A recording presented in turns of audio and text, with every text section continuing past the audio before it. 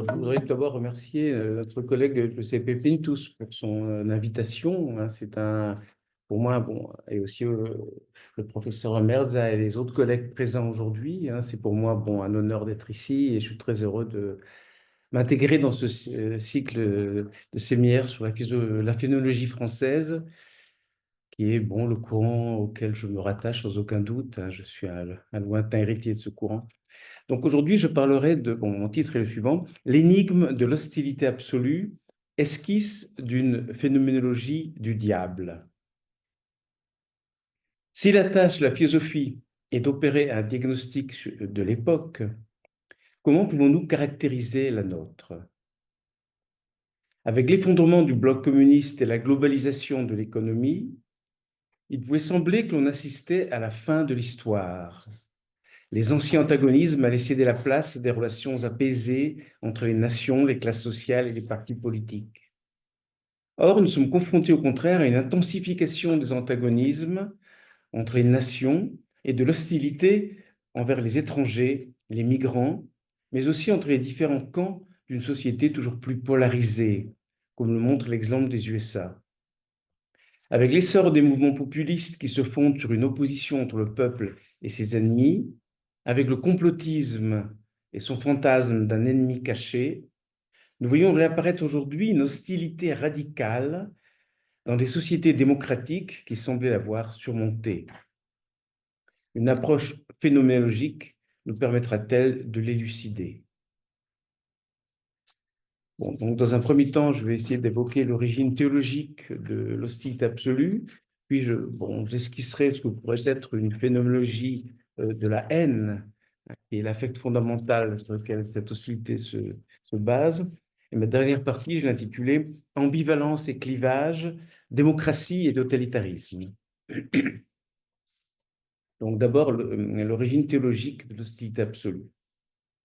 Cette réapparition des antagonismes paraît donner raison aux penseurs qui situaient l'hostilité dans l'essence même du politique, à Carl Schmitt. S'il définit le politique par la démarcation entre l'ami et l'ennemi, il distingue cependant deux figures différentes de l'ennemi. Alors que l'ennemi réel est un ennemi provisoire qui a pu être auparavant un allié et pourra le redevenir, l'ennemi absolu est considéré, écrit Schmitt, comme un monstre inhumain qu'il ne suffit pas de repousser, mais qui doit être anéanti définitivement. Il écrit cela dans sa théorie du partisan, en texte tardif de 1963. Cet ennemi suscite ainsi, dit-il, une hostilité absolue qui se poursuit jusqu'à la destruction totale de sa cible. Schmitt se réclame de ce qu'il appelle le principe de l'imitation de l'hostilité, qui aurait caractérisé, selon lui, le droit de la guerre à l'époque classique, et il déplore que l'on y ait renoncé en faisant de l'ennemi un absolu. Or, d'après lui, l'origine de l'hostilité absolue est théologique, car ce sont, je le cite, les théologiens qui tentent à définir l'ennemi comme quelque chose qui doit être anéanti. Il précise sa position se référant à la gnose et à l'opposition qu'elle postule entre le Dieu libérateur et le démiurge maléfique. Il soutient en effet, je le cite encore, que le dualisme gnostique est donné de manière immanente, comme une réalité inévitable et inextirpable, et qu'il réapparaît sous une forme sécularisée quand la figure de l'ennemi absolu ressurgit dans les temps modernes. Il repère sa résurgence dans les mots révolutionnaires qui considèrent que ce monde doit être détruit parce qu'il est radicalement mauvais. Là, je renvoie à sa seconde théologie politique, celle de 1969. Je n'ai pas l'intention de discuter ici la signification politique très problématique de ces analyses, car je veux me centrer sur ce concept d'hostilité absolue. Ce type d'hostilité implique que l'on soit confronté à une entité absolument mauvaise. C'est ainsi que l'Église définit Satan. Au lieu d'être un principe du mal coéternel au principe du bien, comme le croyaient les gnostiques et les manichéens, le diable est présenté dans la théologie chrétienne, mais aussi dans le judaïsme tardif et l'islam, comme un être créé par Dieu qui se serait rebellé contre lui, ce qui accorde au bien un primat ontologique sur le mal. Et pourtant, l'antagonisme qui oppose désormais Satan à Dieu est aussi irréductible, aussi implacable que dans le dualisme gnostique. L'ennemi absolu que désignent certains mouvements politiques contemporains peut donc être considéré comme une sécularisation du diable. Et c'est à son origine théologique qui lui confère ses traits fondamentaux, à savoir son caractère incorrigible, inhumain et dissimulé. Qu'il s'agisse du juif pour les nazis, de l'ennemi du peuple dans la terreur stalinienne, ou du kuffar, de l'infidèle pour les djihadistes d'Al-Qaïda et de Daesh, à chaque fois, l'ennemi absolu se définit par son essence maléfique. Celle-ci se présente comme une nature mauvaise, celle d'un être qui ne peut vouloir que le mal, de sorte qu'il est impossible de se réconcilier avec lui. La seule solution consiste alors à l'anéantir. Sa nature est si étrangère à la nôtre qu'elle le situe au-delà des limites de l'humanité. C'est au sens strict un monstre inhumain, ce qui veut dire que son extermination n'est pas un meurtre ou un crime, mais l'élimination d'un animal dangereux, d'une vermine, un simple acte d'hygiène, disait Himmler. Toutefois, aussi étranger, aussi inhumain qu'il soit, cet ennemi se dissimule pour apparaître comme semblable à nous, ce qui le rend d'autant plus dangereux. Or, pour la théologie chrétienne, les mêmes traits caractérisent la figure du diable.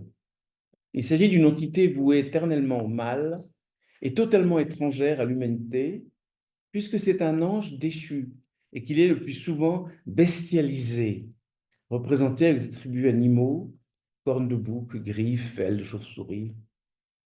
Enfin, on a affaire là aussi à un ennemi caché.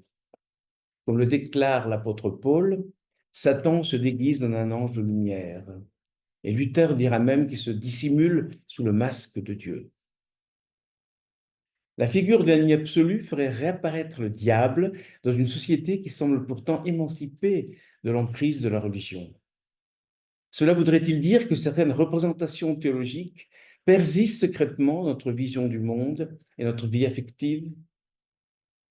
C'est ce que soutient Aurel Kolnay dans son analyse phénoménologique de la haine. Pour lui, bon, je cite un texte de 1935, pour lui, il nous serait impossible de haïr si nous n'avions pas déjà une représentation du diable, car la haine humaine implique une diabolisation de son objet. Affirmation très intéressante, mais contestable. Et d'abord parce que la figure du diable, celle d'un principe unique et absolu du mal, n'apparaît que dans les religions monothéistes occidentales, alors que la haine est un affect universel. Ce n'est pas la figure du diable qui rend possible la haine, comme le pense Kolnay, c'est la haine qui, à certaines époques et dans certaines cultures, se figure sous la forme du diable. Et cette figure permet de capter la haine et de la diriger sur certaines cibles en diabolisant ces objets. Comment une représentation théologique parvient-elle à capter un affect? Pour répondre à cette question, l'approche historique est insuffisante. Une généalogie du diable ne permet pas de repérer le phénomène immanent qui lui correspond. Nous devons faire appel à une analyse transcendantale, et celle-ci nous conduira vers la phénoménologie. Selon Kant, le schématisme de l'imagination, qui fonde toute connaissance objective, suppose une orientation préalable vers ce qu'il appelle un objet transcendantal égal X.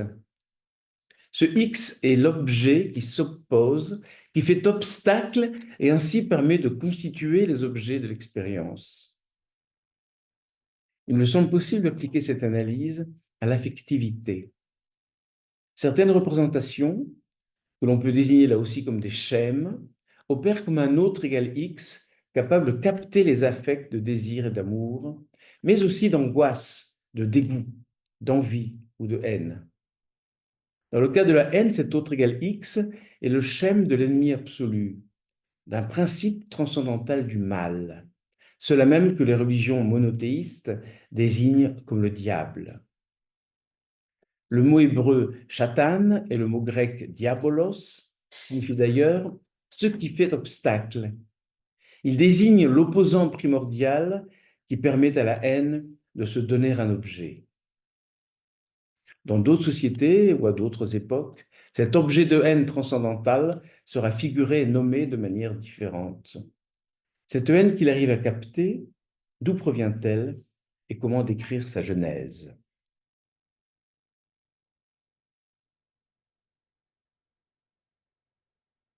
Ce n'est pas la philosophie classique ni la psychanalyse qui nous permettront d'élucider le phénomène de la haine.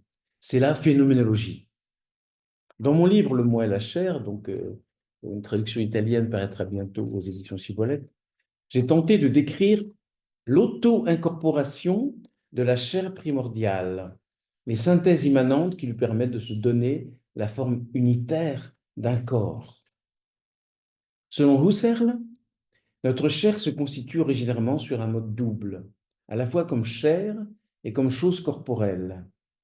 Et cela s'effectue sur le plan du toucher, dans cette expérience de l'auto-affection tactile, quand ma main touche mon autre main, que Merleau-Ponty désignera comme un entrelac ou un chiasme. Les deux mains se reconnaissent comme deux pôles d'une même chair. Nous dirons qu'elles s'incarnent réciproquement, en se percevant en même temps comme la surface d'un corps extérieur.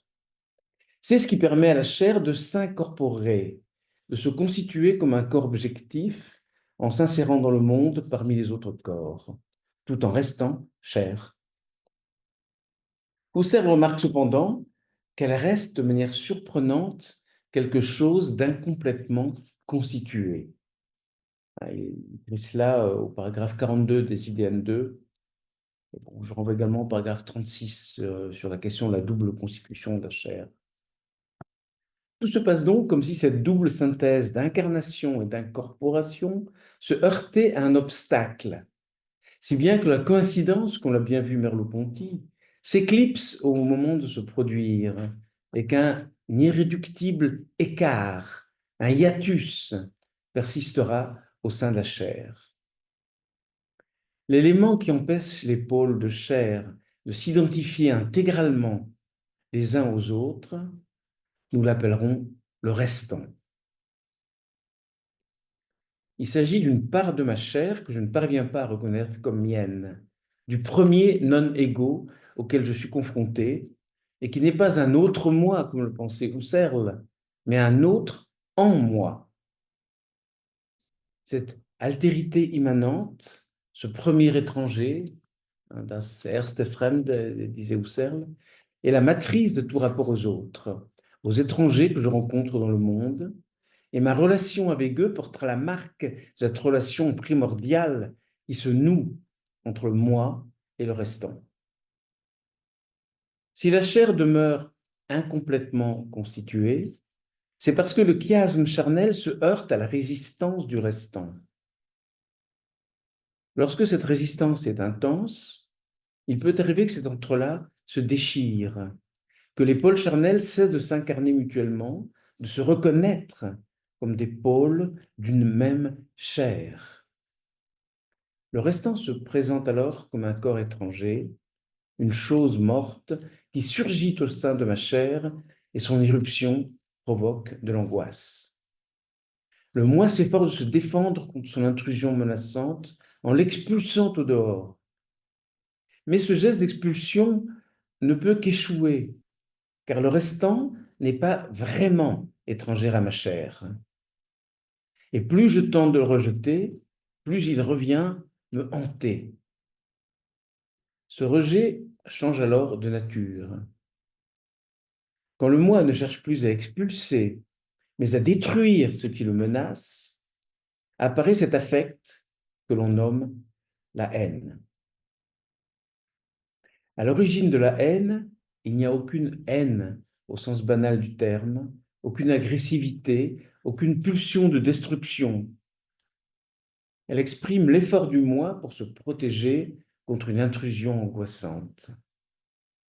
La haine se fonde ainsi sur une illusion primordiale, puisque le moi s'acharne à se défendre contre un élément qui lui apparaît étranger et hostile. Cette altération du restant, nous la désignerons comme sa défiguration.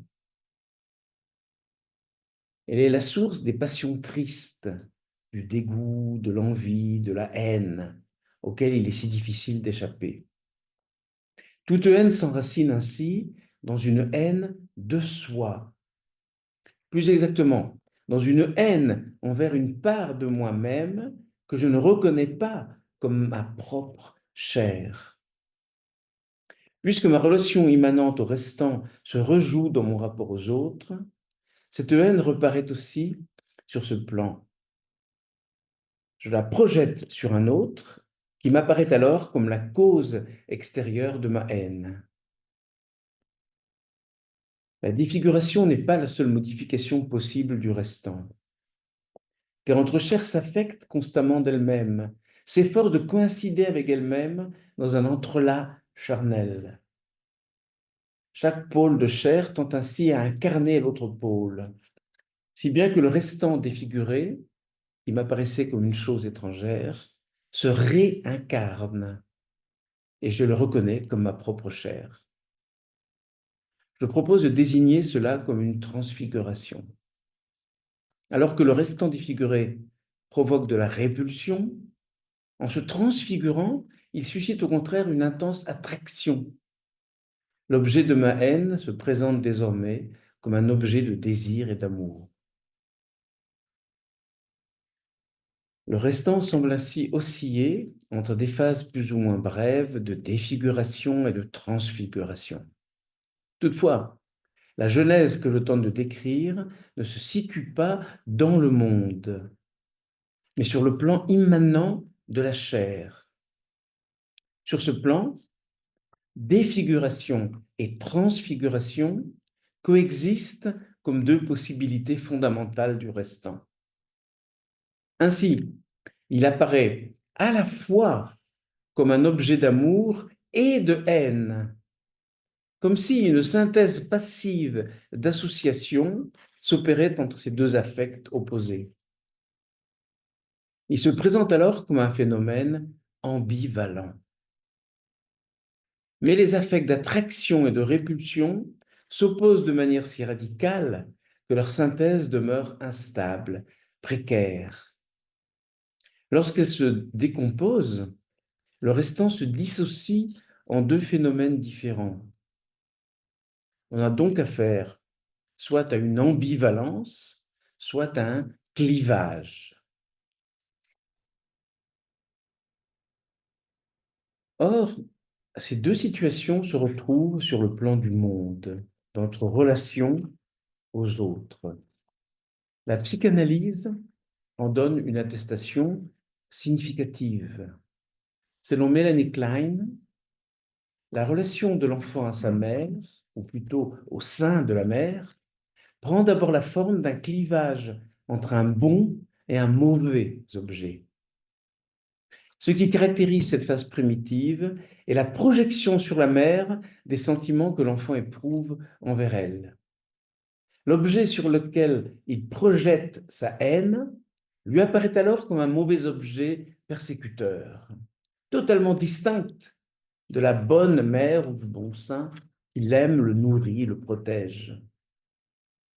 Par la suite, l'enfant parvient à dépasser ce clivage pour accéder à une relation ambivalente à la mère, envisagée, dit Melanie Klein, comme un unique objet total.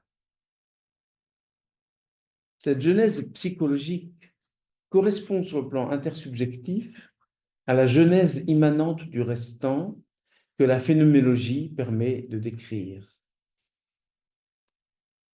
Tout laisse à penser que les mêmes affects et les mêmes processus se manifestent à une plus large échelle dans les relations qui se nouent au sein des formations collectives. Freud s'en était aperçu.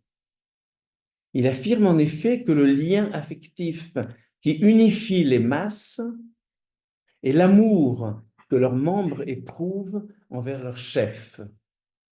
Il remarque également, et là je cite son écrit de 1921, Psychologie des masses et analyse du moi, il remarque que la haine envers une personne ou une institution déterminée pourrait tout aussi bien avoir une action unificatrice et susciter les mêmes liens affectifs que l'attachement positif.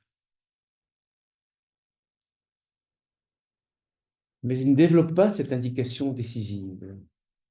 Il ne se demande pas comment l'amour du chef et la haine de l'ennemi peuvent coexister dans une même formation collective. La phénoménologie permet-elle de comprendre, mieux que la psychanalyse, comment ces phénomènes se manifestent sur le plan des communautés intersubjectives? En fait, l'objet d'amour et l'objet de haine prennent des formes spécifiques en se figurant dans des représentations collectives, des schèmes qui se forment et se transmettent au cours de l'histoire. Il s'agit alors d'articuler la phénologie du restant à une généalogie historique de ces schèmes qui lui permettent de se figurer. Par exemple, le schème du diable. Bon, comme j'ai déjà exploré ce chemin dans un livre un peu ancien intitulé « Ils m'ont haï sans raison », je me contenterai ici de brèves indications.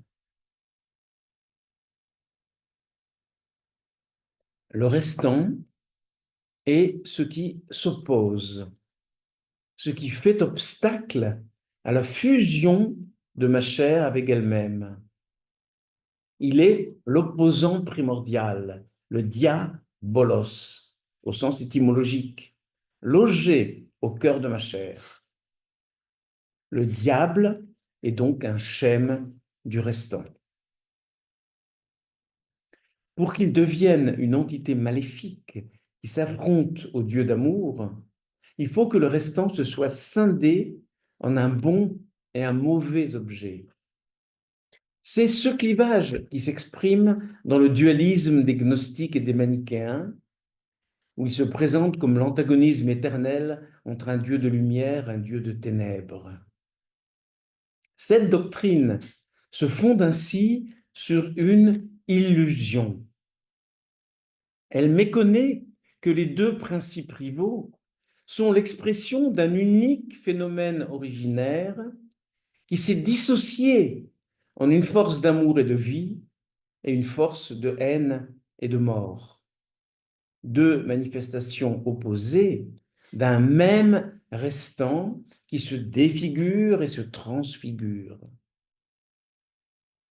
Les religions monothéistes sont plus proches de la vérité quand elles déclarent qu'à l'origine, Satan n'était pas satanique, car le diabolos est originairement un autre égale X, un neutre sur lequel se projette la haine primordiale. C'est cette projection de haine qui le transforme en une entité maléfique. Nous avons vu que, selon la théologie chrétienne, le diable est incorrigible, nécessairement voué au mal. Il s'oppose absolument à Dieu et qu'il se cache sous une forme angélique ou divine. Ce schème porte en effet la marque de la défiguration du restant. Une défiguration si extrême qu'il devient impossible d'espérer une transfiguration, une rédemption du principe du mal. De plus, en raison du clivage qui affecte le restant, ce mauvais principe est totalement dissocié du principe du bien. Et lorsque sa parenté avec lui se manifeste, on s'imagine qu'il dissimule sa véritable nature. Dans notre société sécularisée, ces traits se retrouvent, nous l'avons vu, dans la figure de l'ennemi absolu, de ces hommes que l'on persécute, que l'on extermine, parce qu'ils ont été diabolisés. Aucune réconciliation avec eux n'est possible parce qu'ils sont irrémédiablement mauvais. Un clivage radical les a retranchés hors de l'humanité pour en faire des monstres inhumains. Et ce sont des ennemis cachés, les maîtres secrets du monde, des conspirateurs malfaisants qu'il s'agit de démasquer. À vrai dire, ce schème n'opère que dans certains régimes politiques. Dans d'autres régimes, il semble neutralisé, désactivé. Pour comprendre comment s'opère cette neutralisation de l'hostilité absolue et comment elle peut se réactiver, nous devons avoir recours à la philosophie politique.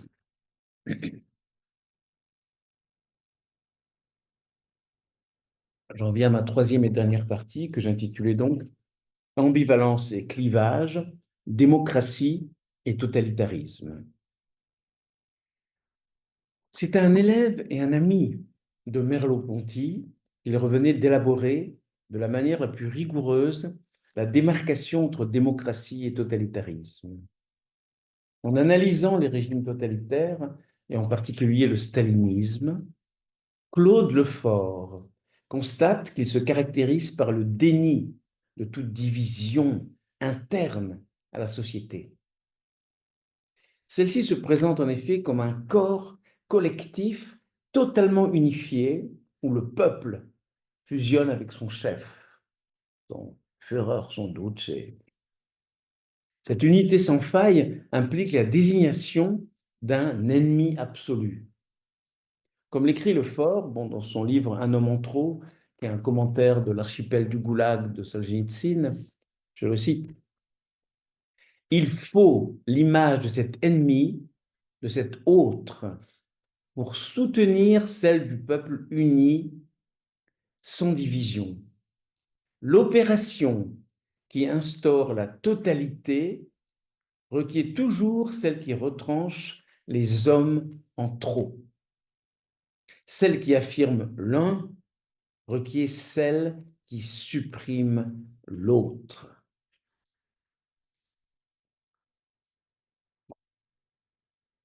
Tandis que l'amour pour le chef est poussé jusqu'à la dévotion, jusqu'au sacrifice, se déchaîne une haine intense, exterminatrice envers l'ennemi de la classe ou de la race. Le clivage entre l'objet d'amour et l'objet de haine est si extrême qu'il oppose de manière antagonique la communauté du peuple à un autre maléfique. S'il est également désigné comme un ennemi de l'intérieur, il demeure cependant étranger à la communauté et l'on prétend qu'il s'y est infiltré pour la détruire. Ainsi, l'antagonisme se situe toujours en dehors du peuple, envisagé comme un corps un, corps totalement unifié. C'est précisément ce qui distingue le totalitarisme et la démocratie. Celle-ci implique au contraire que le peuple ne soit pas un. Au lieu de la dénier, la société démocratique reconnaît une division fondamentale qui la traverse de l'intérieur et qui l'institue sur le mode du multiple et non de l'un. De cette division interne découlent les principaux caractères des régimes démocratiques. La séparation des pouvoirs, la pluralité des partis politiques, la libre expression des opinions, etc. La division instituante de la politique démocratique se manifeste ainsi comme une démarcation entre la société et un élément hétérogène. Une notion que j'emprunte aux analyses très éclairantes que Georges Bataille avait consacrées dans les années 30 au fascisme. Donc un élément hétérogène où je vois le restant de cette société. Mais cette division ne se présente pas comme un clivage rigide, où ceux qui appartiennent à la classe des exclus seraient appréhendés comme totalement étrangers. Au contraire, ces hommes sont reconnus comme des semblables, c'est-à-dire des membres possibles de la société. Ils en font partie tout en étant exclus, si bien qu'ils éprouvent leur exclusion comme une injustice, comme un tort. Unrecht, aurait dit Marx. Ils vont donc lutter pour obtenir un statut égal à celui des autres membres de la société. Parce que la démarcation qui les définit n'est pas déterminée comme une opposition radicale. Elle finit par se résorber en devenant une simple différence au sein du même. Ces luttes transforment profondément l'ordre social. Elles rendent visibles d'autres torts, d'autres injustices. Elles incitent d'autres groupes à défendre leurs droits. Dans l'histoire de la démocratie moderne, l'élément hétérogène a été désigné de plusieurs manières. Il s'est d'abord appelé prolétariat, chez Marx notamment.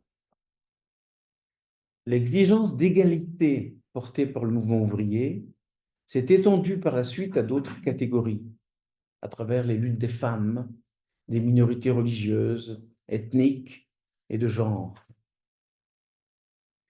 Au lieu d'opposer les luttes sociales et les revendications, que l'on dit, sociétales, nous devons reconnaître que le mouvement ouvrier, le féminisme et ce que l'on nomme de manière péjorative le disant wokisme, appartiennent à la même dynamique historique. Ce sont différentes composantes de la révolution démocratique qui se poursuit depuis 2 siècles. Aujourd'hui, migrant est l'un des principaux noms de cet élément hétérogène. C'est pourquoi le combat pour l'hospitalité et pour l'égalité des droits entre nationaux et étrangers s'inscrit dans le combat pour la démocratie. C'est ce que j'essaie de montrer dans mon dernier livre, Inhospitalité.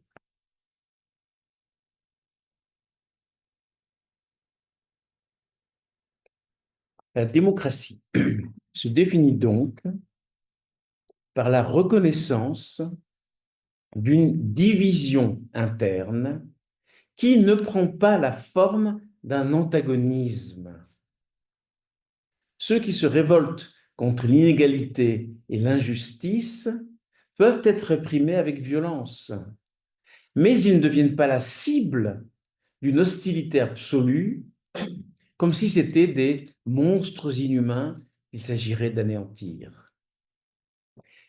C'est aussi le cas du chef de l'État, qui n'inspire aux citoyens ni un amour sans bornes, ni une haine démesurée. La politique démocratique se caractérise en effet par son rapport ambivalent à ces éléments fondamentaux. En se concentrant sur les mêmes objets, les affects opposés se neutralisent réciproquement et leur intensité diminue, ce qui atténue l'hostilité et l'empêche de devenir absolue. Toutefois, le dépassement des antagonismes ne signifie pas que la société serait devenue consensuelle, car la division persiste et des lignes de fracture continuent de traverser le champ politique et social. Mais cette division a changé de nature. Elle est devenue agonistique. J'emprunte ce terme à la théorie politique de Chantal Mouffe, qui est, comme vous le savez, avec Ernesto Laclau, une des théoriciennes du populisme de gauche. Voilà, je renvoie à ses livres L'illusion du consensus et Construire un peuple, et d'autres. Selon Mouffe, je la cite, la finalité de la démocratie est de transformer l'antagonisme en agonisme, c'est-à-dire en rivalité entre des mouvements politiques qui ne se considèrent pas comme des ennemis, mais comme des adversaires au sein d'un espace commun. Alors, cela ne signifie pas, précise-t-elle, je la cite encore, qu'il n'existe pas une relation antagonique entre ceux qui s'affrontent, mais cet antagonisme s'exprime sous la forme agonistique. Elle désigne ce processus par un terme freudien comme une sublimation de l'antagonisme.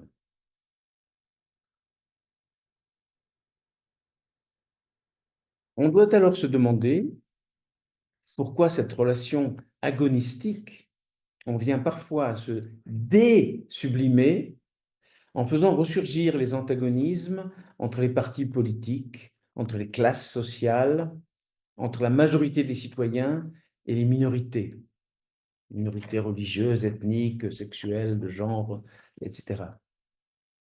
Ce qui se traduit par l'apparition de mouvements totalitaires, je dirais aujourd'hui plutôt post-totalitaires, comme on parle de post-fascisme, des mouvements qui développent une hostilité absolue envers certaines cibles.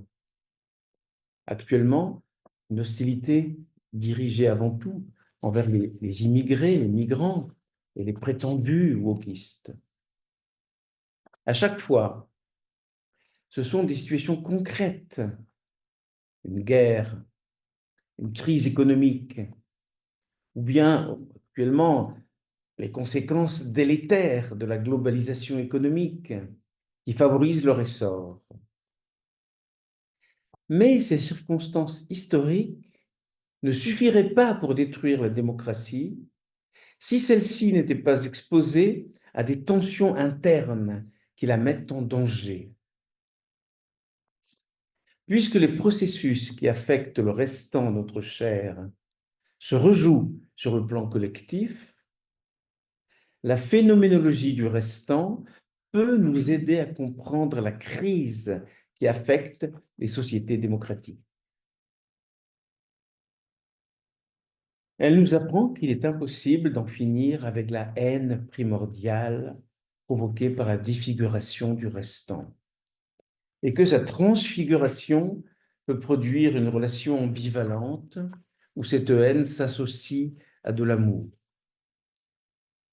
Or, dans la vie individuelle, comme dans l'existence collective, les relations d'ambivalence sont instables parce qu'elles font coexister des affects opposés. Elles tendent constamment à se dissocier. Lorsque cela se produit, le clivage plus archaïque entre un bon et un mauvais objet se substitue à l'ambivalence de la politique démocratique. La société se reconfigure alors en se partageant entre l'amour du chef et la haine de l'ennemi, c'est-à-dire de l'élément hétérogène rejeté en dehors de la nation et du peuple. Les choses sont plus compliquées parce que cet élément tend lui-même à se scinder en deux pôles. L'un qui appartient au corps du peuple, l'autre qui est perçu comme un étranger menaçant. C'est par exemple ce qui arrive de nos jours à la classe ouvrière des pays occidentaux. Dans La Mésentente, Jacques Rancière analyse de façon remarquable la disparition de ce qu'il appelle les modes de subjectivation qui permettaient à la classe ouvrière de s'inclure comme exclue, ce qui entraîne désormais sa scission en deux figures hostiles, celle d'un côté de l'immigré racisé et de l'autre celle du petit blanc raciste. Je renvoie au livre de Rancière, La Mésentente. Bon, j'en viens donc à ma conclusion.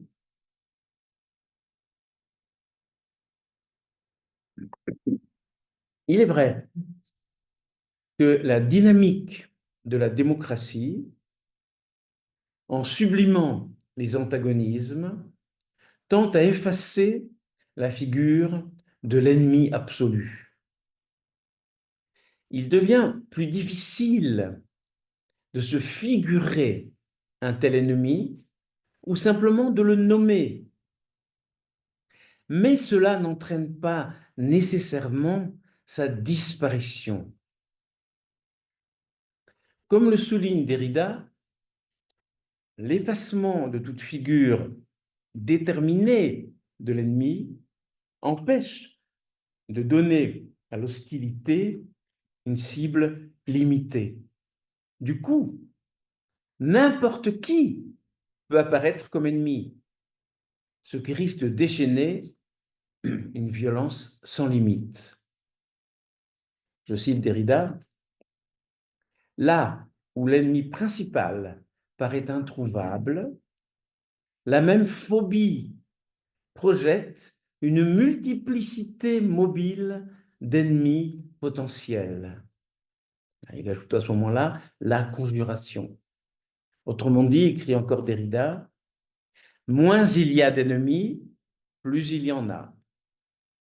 Il écrit cela au moment où il se confronte avec la pensée de Schmitt dans son livre La politique de l'amitié. Ainsi, cette situation aboutit paradoxalement à démultiplier l'élément hostile, à le disséminer sous la forme d'un ennemi sans visage, comme celui qui hante les fantasmes complotistes. Avec cet ennemi invisible qui se dissimule sous d'innombrables masques, n'est-ce pas l'ancienne figure de Satan qui ressurgit dans nos sociétés en crise? Cela ne veut pas dire cependant que la démocratie sera forcément submergée par la montée des populismes post-totalitaires. Une alternative reste possible. Elle demande d'inventer un nouveau style de politique, de nouveaux modes de sublimation agonistique qui parviendraient à neutraliser les antagonismes sans effacer la division sociale.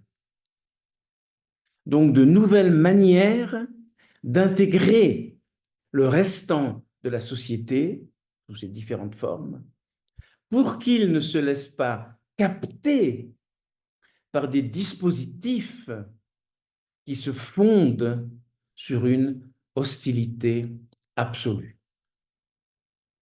Bon, c'est notre espérance. Voilà, je vous remercie de votre attention.